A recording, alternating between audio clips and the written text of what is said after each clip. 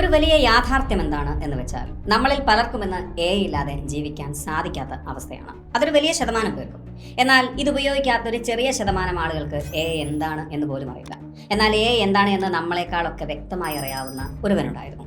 അവൻ ജനിച്ചത് അമേരിക്കയിലായിരുന്നുവെങ്കിലും അവന് ഇന്ത്യയിൽ വേരുകളുണ്ടായിരുന്നു. പറഞ്ഞു വരുന്നത് സുജിർ ബാലാജി എന്ന വ്യക്തിയെക്കുറിച്ചാണ്. 1998 ജനിച്ചു. 2024 നവംബർ 26 മരണപ്പെട്ടു.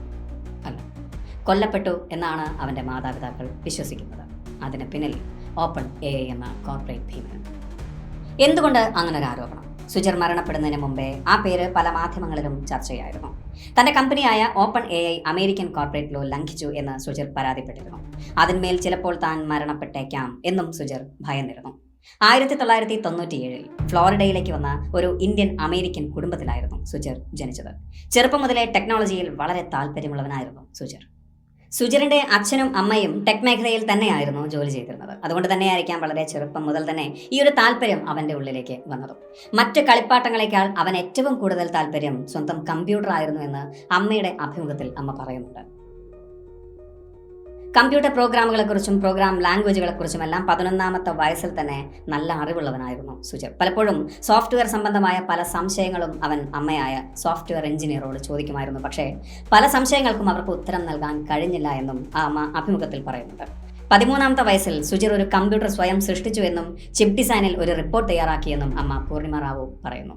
സ്കൂളിലെ മറ്റ് വിദ്യാർത്ഥികളിൽ നിന്നും വ്യത്യസ്തനായിരുന്നു സുജിർ. 2015-2016 കാലഘട്ടങ്ങളിൽ united states of America computing ഒളിമ്പ്യാഡിൽ ഫൈനലിസ്റ്റ് ആയിരുന്നു സുജിർ. നമുക്കെല്ലാവർക്കും അറിയാവുന്ന കോറ എന്ന അമേരിക്കൻ Q&A പ്ലാറ്റ്ഫോം ചെറുപ്പത്തിൽ തന്നെ സുജിറിനെ അവരുടെ ഭാഗമായി ജോലിക്കായി ക്ഷണിച്ചിട്ടുണ്ടായിരുന്നു. പക്ഷേ പ്രായം കുറഞ്ഞതുകൊണ്ട് തന്നെ ആ ജോലിക്ക് പോകാൻ സുജിറിന്റെ അമ്മയ്ക്ക് താല്പര്യം ഉണ്ടായിരുന്നില്ല. എന്നാൽ അമ്മയറിയാതെ കോറ എന്ന കമ്പനിയുടെ ഭാഗമായി സുജിർ ജോലി ചെയ്തതായി പറയുന്നു. യൂണിവേഴ്സിറ്റി ഓഫ് കാലിഫോർണിയയിൽ BA കമ്പ്യൂട്ടർ സയൻസ് അവസാന വർഷം സുജിർ പഠനം പൂർത്തിയാക്കി പുറത്തിറങ്ങാൻ ഏറ്റവും കൂടുതൽ കാത്തിരുന്ന വ്യക്തി ഓപ്പൺ എ എന്ന കമ്പനിയുടെ കോ-ഫൗണ്ടറായ ജോൺ ഷൂൾമാൻ ആയിരുന്നു. ഓപ്പൺ എയുടെ ഭാഗമായി ഏതാണ്ട് 4 വർഷത്തിനുള്ളിൽ തന്നെ സുജിർ പല പ്രോജക്റ്റുകളിലും പ്രവർത്തിച്ചു തുടങ്ങി. അങ്ങനെ ഡെവലപ്പ് ചെയ്ത ഒരു പ്രോജക്റ്റ് ആയിരുന്നു WebGPT. ജനങ്ങൾക്ക് പഠിക്കാൻ സഹായകമാകുന്ന ഒരു ടൂൾ എന്ന നിലയ്ക്കാണ് സുജിർ WebGPT ഡെവലപ്പ് ചെയ്യുന്നത്. ജോൺ ഷൂൾമാൻ തന്നെ ഇന്റർവ്യൂവിൽ പറയുന്നുണ്ട്, സുജിർ ഇല്ലായിരുന്നുവെങ്കിൽ WebGPT സാധ്യമാവില്ലായിരുന്നു എന്ന്. സാധാരണക്കാർക്ക് പല വെബ്സൈറ്റുകളിലൂടെയും കടന്നുപോയാൽ മാത്രം ലഭിക്കുന്ന പല വിഷയങ്ങളും ഇൻഫർമേഷൻസും ഒരു സുഹൃത്തിനോട് എന്നതുപോലെ ചാറ്റിങ്ങിലൂടെയും ചർച്ചയിലൂടെയും മനസ്സിലാക്കാൻ സാധിക്കുന്ന ഒരേ ടൂളായിരുന്നു WebGPT. അതാണ് ഇന്ന് നമ്മൾ അറിയപ്പെടുന്ന ChatGPT. തന്റെ മനസ്സിലുണ്ടായ രൂപത്തിൽ നിന്നും വളരെയേറെ വ്യത്യസ്തമായാണ് ChatGPT വളർന്നുകൊണ്ടിരിക്കുന്നത് എന്ന് സുജിർ തിരിച്ചറിഞ്ഞു. ആ വളർച്ച വലിയ വലിയ പ്രശ്നങ്ങളിലേക്കാണ് ചെന്നെത്താൻ പോകുന്നത് എന്നും അയാൾ മനസ്സിലാക്കി. അതുമാത്രമല്ല, ChatGPT US കോപ്പിറൈറ്റ് ലോ ലംഘിച്ചുകൊണ്ടാണ് മുൻപോട്ട് പോയിട്ടുണ്ടായിരുന്നത്. ഓപ്പൺ എയുടെ CEO ആയിരുന്ന സാം ആൾട്ട്മാനോട് തന്റെ അഭിപ്രായം സുജിർ പറയുകയും ചെയ്തിരുന്നു. അതിന് സാം ആൾട്ട്മാന്റെ മറുപടി എന്തായിരുന്നു എന്ന് ഇന്നും ആർക്കും അറിയില്ല. പക്ഷേ സുജിറിന്റെ സുഹൃത്തുക്കളും സുജിറിന്റെ അമ്മയും ഒരേ സ്വരത്തിൽ പറയുന്ന ഒരു കാര്യം, ആ സംഭാഷണത്തിന് ശേഷം സാമിനെ സുജിർ വല്ലാതെ വെറുത്തിരുന്നു എന്നാണ്. അതോടുകൂടി ഓപ്പൺ എ എന്ന് പറയുന്ന കമ്പനിയിൽ നിന്നും സുജിർ രാജിവെച്ച് പുറത്തിറങ്ങുകയും ചെയ്തു. ഇനി ഒരിക്കലും ഒരു കൊമേഴ്ഷ്യൽ കമ്പനിയുടെയും ഭാഗമായി താൻ ജോലി ചെയ്യില്ല എന്നും ഏതെങ്കിലും നോൺ പ്രോഫിറ്റ് കമ്പനിയുടെ ഭാഗമായി മാത്രമേ താൻ ജോലി ചെയ്യുകയുള്ളൂ എന്നും സുജിർ തന്റെ മാതാപിതാക്കളോട് പറഞ്ഞിരുന്നു. AI മനുഷ്യരാശിയെ തന്നെ ഇല്ലാതാക്കുമെന്നും താനും ഒരിക്കൽ അതിന്റെ ഭാഗമായിരുന്നു എന്നും പറഞ്ഞ് അമ്മയോട് പലപ്പോഴും സുജിർ പൊട്ടിക്കരഞ്ഞിരുന്നതായി അമ്മ തന്റെ അഭിമുഖത്തിൽ പറയുന്നുണ്ട്. 2024 ന്യൂയോർക്ക് ടൈംസിൽ തനിക്ക് ഓപ്പൺ എയിലുണ്ടായ പല അനുഭവങ്ങളും സുജിർ വിശദീകരിച്ചിരുന്നു. AI സ്നേഹിക്കുന്ന പലരും ആ ലേഖനത്തിന് ശേഷം ഒരു ഭയത്തോടു കൂടി മാത്രമാണ് AI കണ്ടത്. എന്നാൽ ഈ വാദങ്ങളെല്ലാം ഓപ്പൺ AI തള്ളിക്കളയുകയായിരുന്നു. തന്നെ പാടെ ഇല്ലാതാക്കാൻ സാധിക്കുന്ന ഒരു ഭീമൻ കമ്പനിയോടാണ് താൻ ഏറ്റുമുട്ടുന്നത് എന്നുള്ള ഭയം പോലും സുജിറിന് ഉണ്ടായിരുന്നില്ല. അയാളുടെ മനസ്സിലാകെ ഉണ്ടായിരുന്നത് ഒരു നോൺ പ്രോഫിറ്റ് ഓർഗനൈസേഷൻ എന്ന സ്വപ്നം മാത്രമായിരുന്നു. ഭീമൻ പ്രതിഫലം ഓഫർ ചെയ്തുകൊണ്ട് പല വലിയ കമ്പനികളും ഓഫർ ലെറ്ററുകൾ സുജിറിന് അയച്ചിരുന്നുവെങ്കിലും അതെല്ലാം സുജിർ തള്ളിക്കളയുകയായിരുന്നു. തന്റെ പിറന്നാൾ ആഘോഷിക്കാൻ പ്രിയപ്പെട്ട സുഹൃത്തുക്കളോടൊപ്പം ഒരു യാത്ര പ്ലാൻ ചെയ്യുകയായിരുന്നു സുജിർ. 2024 നവംബർ 21 സുജിർ യാത്ര കഴിഞ്ഞ് തിരിച്ചെത്തി അച്ഛനെയും അമ്മയെയും വിളിച്ചു. നല്ല വിശപ്പുണ്ട്, പുറത്തുപോയി ഭക്ഷണം കഴിച്ച് വന്നതിന് ശേഷം തിരിച്ചു വിളിക്കാമെന്ന് പറഞ്ഞ് ആ ഫോൺ കട്ട് ചെയ്തു. പിന്നീട് അയാൾ അച്ഛനെയും അമ്മയെയും വിളിച്ചില്ല. അന്ന് അവസാനമായിട്ടായിരുന്നു ആ അച്ഛനും അമ്മയും സ്വന്തം മകനോട് സംസാരിച്ചത്. പിറ്റേന്ന് അമ്മ പലതവണ അയാളെ വിളിച്ചു. അയാൾ ഫോൺ എടുത്തില്ല. 2 ദിവസം കഴിഞ്ഞിട്ടും വിളിച്ചു. അയാൾ ഫോൺ എടുത്തില്ല. അതുകൊണ്ട് തന്നെ അപ്പാർട്ട്മെന്റിൽ ഒന്ന് വന്ന് നോക്കാൻ അമ്മ തീരുമാനിച്ചു. അപ്പാർട്ട്മെന്റിൽ വന്ന് വാതിൽ മുട്ടി നോക്കി. അയാൾ വാതിൽ തുറന്നില്ല. ആകെ ഭയന്നു പോയ അമ്മ പോലീസിൽ വിവരം അറിയിച്ചു. എന്നാൽ പിറ്റേ ദിവസമാണ് പോലീസ് ആ അപ്പാർട്ട്മെന്റിലേക്ക് വന്നെത്തിയത്. എന്തോ മനഃപൂർവ്വം വൈകിപ്പിക്കുന്നത് പോലെ.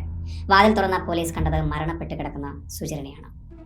ബാത്റൂമിൽ കണ്ണാടിക്ക് മുന്നിലായി കിടക്കുന്ന രീതിയിലായിരുന്നു അവർ സുജിറിനെ കണ്ടത്. തൊട്ടടുത്ത് സുജിറിന്റെ തോക്കും കിടക്കുന്നുണ്ടായിരുന്നു. സ്വയം വെടിവെച്ച് അയാൾ ആത്മഹത്യ ചെയ്യുകയായിരുന്നു എന്നാണ് പോലീസ് റിപ്പോർട്ട് ചെയ്തത്.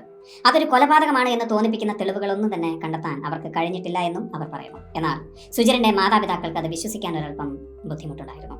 തങ്ങളോട് അവസാനം സംസാരിച്ചപ്പോൾ വളരെ സന്തുഷ്ടനായിരുന്നു സുജിർ എന്നും അവൻ ഒരിക്കലും ആത്മഹത്യ ചെയ്യില്ല എന്നും അവർ ഉറപ്പിച്ചു പറയുന്നു. അതിന് പിന്നിൽ OpenAI ആണ് എന്ന് ആ അമ്മയും അച്ഛനും ഉറച്ചു വിശ്വസിക്കുന്നു. സുജിർ ബാലാജിയുടെ ആത്മഹത്യയിൽ ഖേദിക്കുന്നു എന്ന് പറഞ്ഞ ഒരു പോസ്റ്റാണ് OpenAI ട്വീറ്റ് ചെയ്തത്. എന്നാൽ ഇതൊരു ആത്മഹത്യയാണെന്ന് തോന്നുന്നില്ല എന്നായിരുന്നു എലൺ മസ്കിന്റെ ട്വീറ്റ്. വിശന്നു വലഞ്ഞ ഒരാൾ ഭക്ഷണം വാങ്ങാൻ പോകുന്നു. ഭക്ഷണം വാങ്ങി കൊണ്ടുവന്ന ശേഷം പാതി കഴിച്ച് ആത്മഹത്യ ചെയ്യുമോ? ഒരിക്കലും ഒരു മനുഷ്യന് സാധിക്കാത്ത ഒരു ആംഗിളിൽ ഒരാൾക്ക് സ്വയം വെടിവെക്കാൻ സാധിക്കുമോ എന്നിങ്ങനെ ഒരുപാട് ചോദ്യങ്ങളാണ് അവർക്കുണ്ടായിരുന്നത്. വീടിനുള്ളിലേക്ക് മറ്റാരോ കയറിയതുപോലെ കാണപ്പെട്ടു. കബോർഡിൽ നിന്നും പല ഡോക്യുമെന്റുകളും എടുത്ത് മാറ്റപ്പെട്ടതുപോലെ. സുജിറിന്റെ എയർപോർട്ടുകൾ പലയിടങ്ങളിൽ നിന്നാണ് കണ്ടെത്തിയത്. ബാത്റൂമിന്റെ വാതിലിൽ മാത്രമല്ല, പല വാതിലുകളിലും ലിവിംഗ് റൂമിൽ പലയിടത്തും രക്തം കാണപ്പെട്ടു. ആദ്യം അപ്പാർട്ട്മെന്റിലേക്ക് കയറിയ പോലീസുകാർ കണ്ട കാഴ്ചയും അതിനുശേഷം കണ്ട കാഴ്ചകളും വ്യത്യസ്തമായതായി പറയുന്നു. എന്തോ പോലീസുകാർ മനഃപൂർവ്വം ചിലത് മറയ്ക്കാൻ ശ്രമിക്കുന്നത് പോലെ. സാധാരണ ഇത്തരം ഇൻവെസ്റ്റിഗേഷന്റെ ഭാഗമായി വരുന്ന പോലീസുകാർ കയ്യിൽ ഗ്ലൗസ് ധരിക്കാറുണ്ട്. എന്നാൽ അന്ന് വന്ന 2 പോലീസുകാരും കയ്യിൽ ഗ്ലൗസ് ധരിച്ചില്ല എന്നും അവർ പലയിടങ്ങളിലും ഗ്ലൗസ് ഇല്ലാതെ തൊടാൻ ശ്രമിച്ചിരുന്നു എന്നും അച്ഛനും അമ്മയും പറയുന്നു. എന്തോ ഫിംഗർ പ്രിന്റുകൾ കൃത്യമായി ലഭിക്കാതിരിക്കാൻ വേണ്ടി മനഃപൂർവ്വം ശ്രമിക്കുന്നത് പോലെ എന്ന്. ഈ ആത്മഹത്യയിൽ പോലീസിന്റെ ഭാഷ്യം ഒരൽപ്പം വ്യത്യസ്തമാണ്. ജോലി പോയതിന്റെ വിഷമത്തിലായിരിക്കാം സുജിർ ആത്മഹത്യ ചെയ്തത് എന്നും ആത്മഹത്യയ്ക്ക് മുമ്പ് തലച്ചോറിൽ ക്ഷതമേറ്റാൽ സംഭവിക്കാവുന്ന വിഷയങ്ങളെക്കുറിച്ച് അയാൾ സെർച്ച് ചെയ്തിരുന്നു എന്നും പോലീസ് പറയുന്നു. അതോടൊപ്പം പറയുന്ന മറ്റൊരു കാര്യം സുജിറിന്റെ രക്തത്തിൽ ഒരളവിൽ കൂടുതൽ ആൽക്കഹോൾ കണ്ടന്റ് ഉണ്ടായിരുന്നു എന്നതുമാണ്. എന്നാൽ ഇതിനെല്ലാം മറ്റൊരു വാദം കൂടിയുണ്ട്. അതായത് മില്യൺസ് ഓഫർ ചെയ്തിട്ടുള്ള ജോബ് ഓഫർ ലെറ്ററുകൾ സുജിറിന്റെ ഇമെയിലിൽ കാണാമായിരുന്നു. അത്രയും ഓഫർ ലഭിച്ച ഒരാൾ എന്തിനാണ് ഒരു ജോലി പോയതിന്റെ പേരിൽ ആത്മഹത്യ ചെയ്യുന്നത്?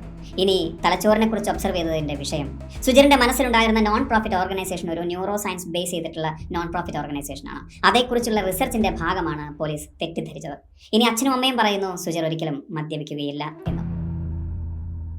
സുജിർ ബാലാജിയുടെ ആത്മഹത്യ അല്ലെങ്കിൽ സുജിർ ബാലാജിയുടെ മരണം ഇന്നും ഉത്തരമില്ലാത്ത ഒരു ചോദ്യം തന്നെയാണ്. എങ്കിലും ഒരുപാട് പേർ വിരൽ ചൂണ്ടുന്നത് സാം ആൾട്ട്മാന്റെ നേരെയാണ്. അതായത് ഒരു ജൂത കുടുംബത്തിൽ ജനിച്ച് ഹൈപ്പർ റിലീജിയസ് ആയിരുന്ന ആ വ്യക്തിയായിരിക്കുമോ സുജിർ ബാലാജിയുടെ മരണത്തിന് പിന്നിൽ? ഒരാൾ ജൂതനായി ജനിച്ചു എന്നതുകൊണ്ട് അയാൾ വില്ലനായി മാറുമോ?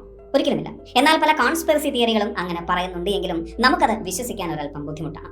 ഇതുപോലെ വിശ്വസിക്കാൻ ബുദ്ധിമുട്ടുള്ള പലതും സാം ആൾട്ട്മാനെ കുറിച്ച് നമുക്ക് ഒന്ന് അന്വേഷിച്ചാൽ കേൾക്കാൻ സാധിക്കും. അങ്ങനെ ചില ആരോപണങ്ങൾ പറയുന്നത് സാം ആൾട്ട്മാന്റെ സ്വന്തം സഹോദരിയാണ്. അതായത് തന്റെ 5ാമത്തെ വയസ്സ് മുതൽ 20ാമത്തെ വയസ്സ് വരെയുള്ള 15 വർഷങ്ങൾ സ്വന്തം ചേട്ടൻ തന്നെ ലൈംഗികമായി ഉപദ്രവിച്ചിരുന്നു എന്ന്. എന്നാൽ സാം ആൾട്ട്മാൻ അതിനെല്ലാം തള്ളിക്കളയുകയാണ്. എപ്രകാരമാണോ സുജിർ ബാലാജിയുടെ കൊലപാതകം ഒരു ആത്മഹത്യയാണ് എന്നതിന്റെ പേരിൽ അവർ തള്ളിക്കളയുന്നത്, അപ്രകാരം തന്നെ തനിക്കെതിരെ വന്നിട്ടുള്ള ആരോപണങ്ങളും അയാൾ തള്ളിപ്പറയുകയാണ്. പക്ഷേ തള്ളിപ്പറയുമ്പോൾ അയാൾക്ക് വ്യത്യസ്തമായ ഒരു വാദമുണ്ട്. അതായത്, ഞാൻ ഒരു ഗേ ആണ്, എനിക്കൊരിക്കലും ഒരു സ്ത്രീയോട് താല്പര്യം തോന്നുകയില്ല. തന്നെ ഇത്രയും കാലം ലൈംഗികമായി പീഡിപ്പിച്ചുകൊണ്ടിരിക്കുകയായിരുന്നു എന്ന് തന്റെ അനുജത്തി ആരോപണം നൽകുമ്പോൾ ഒരു ചേട്ടൻ പറയേണ്ട വ്യത്യസ്തമായ ന്യായം. ഈ പറഞ്ഞതെല്ലാം സാം ആൾട്ട്മാന്റെ പേഴ്സണൽ വിഷയമാണ്, നമ്മുടെ വിഷയമല്ല. നമ്മുടെ ഫോണിലിരിക്കുന്ന ChatGPTക്ക് പിന്നിൽ അങ്ങനെ ചില കഥകൾ ഒളിഞ്ഞിരിക്കുന്നുണ്ട്. അപ്പോഴും ഒരു ചോദ്യം, സുജിറിന്റെ മരണം അതൊരു കൊലപാതകമായിരുന്നോ അതോ ഒരു ആത്മഹത്യയായിരുന്നോ? ഇതേ ചോദ്യം ഞാൻ ChatGPTയോടും ചോദിച്ചു. വല്ലാത്തൊരു സൈക്കോ അല്ലെ? ഞാൻ ചോദിച്ചു, ChatGPTക്ക് ഒറ്റ ഉത്തരത്തിൽ മറുപടി പറഞ്ഞാൽ മതിയായിരുന്നു. പക്ഷേ എന്തോ എന്നെ ബോധിപ്പിക്കാൻ വേണ്ടി വല്ലാതെ വിശദീകരിക്കുന്നത് പോലെ എനിക്ക് തോന്നി. അതോടൊപ്പം 3 ചോദ്യങ്ങൾ കൂടി ഞാൻ ചോദിച്ചു.